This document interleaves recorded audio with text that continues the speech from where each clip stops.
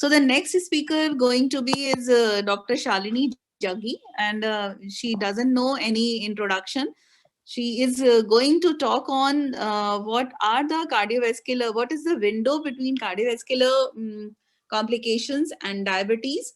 Dr. Shalini Jaggi is a consultant diabetologist, director and Life Care Diabetes Center, New Delhi.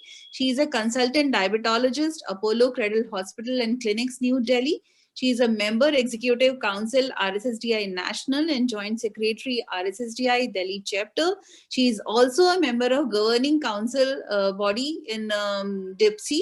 She is a recipient of National Fellowship of RSSDI 2016 and Diabetes India 2017. She is recipient of National Diabetes Awareness Initiative Award by Diabetes India 2017.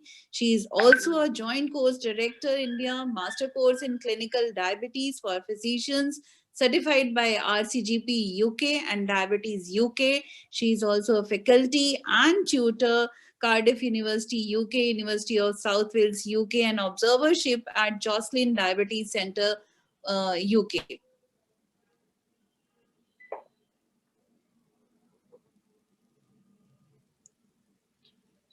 So I would invite Dr. Shalini Jaggi for her deliberation on the topic. Over to you, Dr. Shalini. Thank you so much, Dr. Divya, for that wonderful introduction. That was actually too comprehensive. First and foremost, many thanks to my senior, my elder brother, Dr. Banchi Sabu, for giving me this opportunity to talk on a topic which is very, very close to my heart, gestational diabetes and anything. This is something which is very, very important in today's context. And the task given to me today is to talk about why gestational diabetes is important, not only for the mother and fetus for that immediate pregnancy outcome, but also how and why it serves as a window of opportunity for prevention of cardiometabolic disorders. So are my slides visible? Yes, Shalini. Yeah, it's visible. Great. So, well, hyperglycemia in pregnancy, we all know, is rising as exponentially as the rise in diabetes that we are seeing. This is the IDF Atlas, which clearly shows that the Southeast Asia is still leading when it comes to hyperglycemia in pregnancy in women in the reproductive age group, which is 20 to 49 years. 1 in 6 live births occur to women with some form of hypoglycemia, out of which 84% are due to gestational diabetes. And the reason why we're discussing this is because GDM represents detection of chronic beta cell dysfunction, and hence it is actually now known as a stage in the evolution of type 2 diabetes. The effects of GDM on the mother and baby, like I said, are not only restricted to the current pregnancy where she's diagnosed with GDM, because it has adverse outcomes both for the mother during pregnancy, complications can occur, as well as for the offspring. Uncontrolled hyperglycemia early on in pregnancy, we all know, is associated with congenital malformations. The neonate may be born with a lot of complications, premature births, macrosomia, all these problems. But the important point is things do not end there once she delivers. Postpartum, this lady has an increased risk of developing GDM again in the next pregnancy, or eventually progressing to what we know as type 2 diabetes, which is almost imminent. The offspring also is at risk of developing a large number of metabolic complications in terms of becoming obese or developing diabetes or hypertension as well. And this is what I'm going to focus on. So women with GDM have a high prevalence of metabolic syndrome, like I said, as well as an increased risk of developing cardiovascular disease. Over 10 years, women who had GDM had many more non-invasive cardiac diagnostic procedures, simple cardiovascular events, and total cardiovascular hospitalizations after adjusting for age, ethnicity, and comorbidities such as preeclampsia and obesity. So it doesn't end there with that current pregnancy. What we now know is that the offspring of GDM mothers are at a high risk of metabolic problems, almost 4 to 8 fold increased risk of developing diabetes. And if you look at this study, 47.2% of diabetes in youth is actually attributable to uterine exposure to maternal obesity and diabetes. Thus, GDM actually impacts two lives. It is not only the high risk of maternal and perinatal morbidity and mortality in that current pregnancy, but a diagnosis of GDM actually identifies women at a high risk of future diabetes and associated metabolic problems on the one side. And for the baby, maternal hyperglycemia is associated with development of metabolic problems later on in life as this child grows up, and hence optimum management of GDM, prevention of GDM actually is an opportunity for primary prevention of all the cardiometabolic disorders. Now, we all know that maternal metabolism in a normal pregnancy changes physiologically to provide an uninterrupted nutrient supply to the fetus for its growth and energy needs. And like Norman Frankel very rightly said, the fetus is actually a continually feeding border in the body of the intermittently eating host mother, and all the metabolic milieu changes to provide this fetus with as much nutrition as possible during pregnancy. What goes wrong in gestational diabetes is when the mother has hyperglycemia, this excess glucose crosses placenta and the carbohydrate surplus in the fetus increases insulin secretion in the baby, stimulating the protein, lipid, and glycogen synthesis, resulting in macrosomia. And this is the famous Pedersen hypothesis that we all know. But now we have the modification to this hypothesis, which says it is not only the glucose to be blamed, but also the transplacental going in of the amino acids, the fats, along with the carbohydrates. So it's basically a nutrient excess which is happening transplacentally from the mother to the baby, which causes hyperinsulinemia in the fetus, resulting in a baby who is macrosomic at birth. And when this baby grows up after birth, predisposed to a higher risk of metabolic syndrome, IGT, diabetes, CVD, as well as obesity. And the whole concept of this fetal and infant origins of adult disease goes to the credit of the most famous man that we all know, David Barker, the Barker's hypothesis, where he conceptualized that the body's susceptibility to lifestyle diseases was programmed intrauterine. So what exactly is this fetal origin of disease hypothesis? Well, this states that susceptibility to cardiovascular disease, susceptibility to type 2 diabetes, and insulin resistance syndrome is actually programmed in utero as a response to fetal undernutrition. Exposure to any stimulant during this critical period of development in pregnancy may actually influence later metabolic or physiological functions in adult life, and hence an adverse environments in the fetal life or early childhood eventually leads to increased risk of disease in adult life. So maternal undernutrition on a background of maternal body composition which is not right, or inadequate maternal dietary intake, faulty uteroplacental blood flow, placental transfer, or fetal genome eventually may predispose to fetal undernutrition on the one side, leading to hypoxemia, metabolic changes, or endocrine changes, which cause fetal programming in such a way that there are structural changes within the organs of the baby, poor childhood growth, and predisposing this baby to metabolic and endocrine dysfunction. So the developmental origin of health and disease rests not only on the development later on post-birth, but also on the genes that the baby develops and the intrauterine environment. So it is basically the genetics that load the gun and the environment that triggers it off. Gestational programming is the process whereby the stimulus, which is hyperglycemia when we're talking of GDM, or any kind of stress that occurs at the critical or sensitive period of fetal development.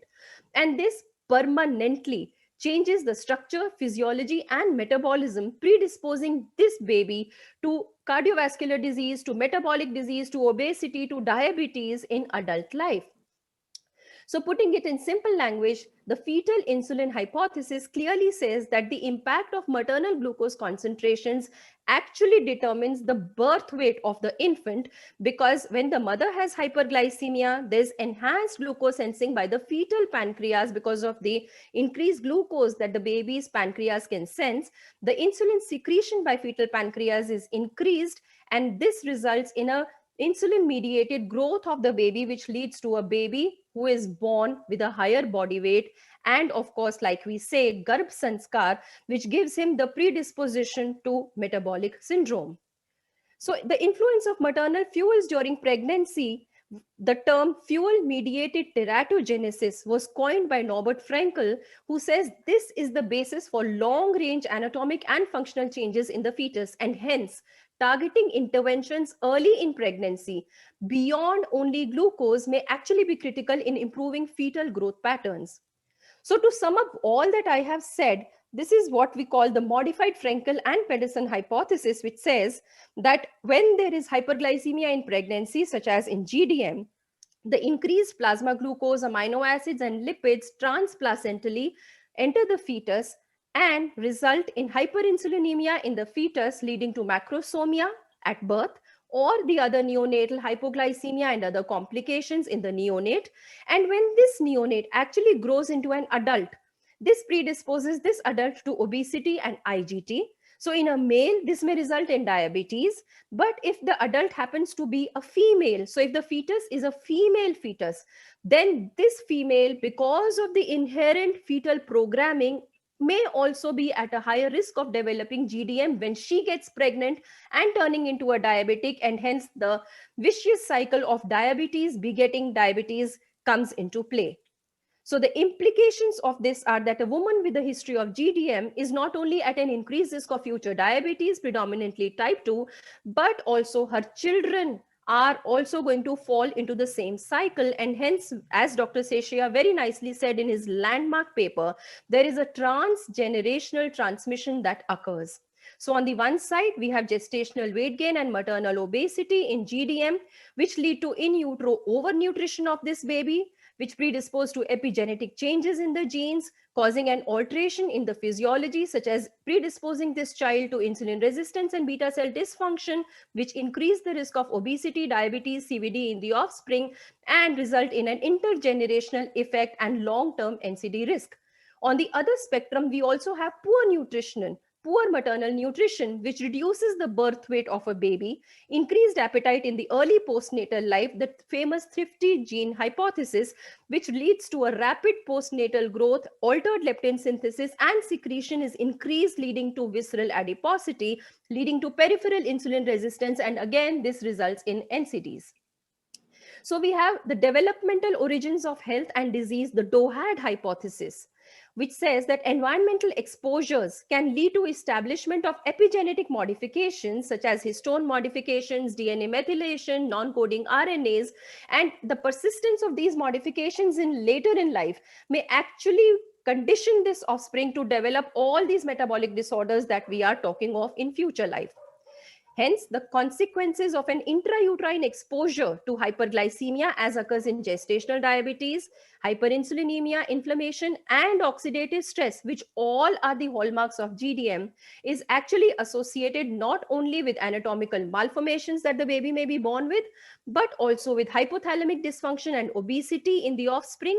And furthermore, there may be behavioral and neurophysiological defects in the offspring, which may only manifest only in childhood, adulthood, or even old age. So it is not only the organ development, the current pregnancy, the future risk of diabetes, but also now we know have data which says that the delayed neurocognitive development, neurodegenerative diseases may also have their roots right in intrauterine exposure. So the sterile inflammatory insults of GDM, they dysregulate expression or activity of different signaling pathways in the placenta, in the adipose tissue, and in the skeletal muscle. All of these leading to different kinds of alterations and malfunctions in the tissues, which eventually lead to adverse offspring outcomes, which may be short-term in the form of macrosomia or increased fat mass, or long-term risk of obesity, diabetes, and metabolic syndrome. So friends, GDM may play a crucial role in increasing the prevalence of diabetes and obesity, not only for the mother herself, but also for the fetus. And hence we know this is basically what lays the seeds or the roots for origin of cardiometabolic diseases. Suboptimal in utero environment affects different organ systems, as you can see here, and this eventually leads to all the cardiometabolic disorders that we're talking of. Now we also know that diabetes in pregnancy can have an impact on the lung health of the offspring, and this is what we now know as the developmental origins of even respiratory disease. So any form of hyperglycemia in any trimester, when the baby's lungs are developing, can also lead to various chronic lung diseases, and the newborn may have functional defects and mechanisms when the mother has gestational diabetes, leading to newborn respiratory conditions and even chronic lung diseases such as wheezing and asthma. So the potential pathways, to sum up: the fetal overnutrition leads to dysregulation of the offspring adipoinsular axis, which causes altered energy regulation, altered appetite regulation, and adipocyte metabolism, resulting in a fetus or a neonate whose adipose eventually grows up to an obese child, and in adulthood develops not only diabetes early, but is at a high risk of developing GDM if this happens to be a female offspring, and also a higher potency for metabolic syndrome and cardiovascular disease. So the vicious cycle of diabetes and obesity begetting diabetes and obesity has its roots right in the intrauterine exposure. Therefore, this cycle of metabolic disease epidemics, where you have the genes, where you have the epigenetic environment, all these are consistent. And the effect of possible interventions to break this cycle can expected to actually yield best results only if the intervention occurs right in the periconceptional and the prenatal period, rather than after the child is born, because the exposure, the damage has already Sorry been to done. The disturb, program. Dr. Shalini. We have only 5 minutes time for Yeah, you. I'll finish it, Maua, don't worry. So what actually happens is, all these interventions, if we need to have them really viable, then the intervention time has to be in the periconception period or in the prenatal period, rather than when the child has already been born. Because like I said, the Garbh Sanskar, which means the fetal programming that the child has already gotten for metabolic disorders, then becomes very difficult to manage. And hence, we all need to understand that GDM plays a crucial role in increasing the prevalence of diabetes and obesity, and hence universal screening and prompt management of all pregnant women for GDM is very, very essential. And this is why it has to be taken up as a public health priority when it comes to a country like ours. So this is another seminal paper by Dr. Seshia's group, which clearly says that immediate interventions when a lady is diagnosed with GDM, with MNT, insulin, or whatever, may actually help in having a newborn who is appropriate for gestational age. And this is the only mantra for preventing obesity and IGT in an offspring. So prevention of diabetes, when we're talking of prevention, we talk of screening, we talk of lifestyle measures and everything. But remember, preventive measures against diabetes actually should start during intrauterine period and continue throughout life, from early childhood to adulthood. So friends, GDM offers an important opportunity for the development, testing, and implementation of clinical strategies for diabetes prevention. And like I said, if the offspring happens to be a female, then she also gets predisposed to developing GDM and passing this on in a vicious cycle. So it all starts with a healthy pregnancy, a female who delivers a baby with a low birth weight or a large for gestational age birth weight child. This same child is then in adult life carrying an elevated risk for obesity, diabetes, and hypertension, or even CVD. And this definitely translates into an intergenerational transfer of all these risks from one generation to the other. So maternal health is definitely a link to stopping this entire epidemic of NCD. And hence, the only solution is having a baby born with an optimal birth weight, who is not genetically programmed or exposed to all these different influencers that I said during pregnancy. So the goal of early GDM screening and management is not only to improve the imminent perinatal outcomes, but also to prevent long-term maternal and fetal effects. If glycemic control can thus be maximized to an extent where the fetus does not recognize that the mother has any form of hyperglycemia, then I think that is the optimum treatment of the mother during pregnancy. And that, my friends, would be the first step in preventing obesity and diabetes in this offspring. So the GDM is actually a window of opportunity to provide maternal care services to reduce traditional maternal and perinatal morbidity and mortality indicators, and address the intergenerational prevention of NCDs such as diabetes, hypertension, and cardiovascular disease. To conclude, we as clinicians are afforded the rare opportunity to alter the natural course of disease and change the future health of women and their offspring today. So GDM definitely offers a window of opportunity for us to intervene if we want to prevent cardiometabolic disorders in both the mother as well as her baby. And I end with Dr. Sesha's words that where he very clearly says, to achieve a diabetes-free generation, we all need to focus on the fetus for the future and not the mother alone. With that, I rest my case. Thank you very much.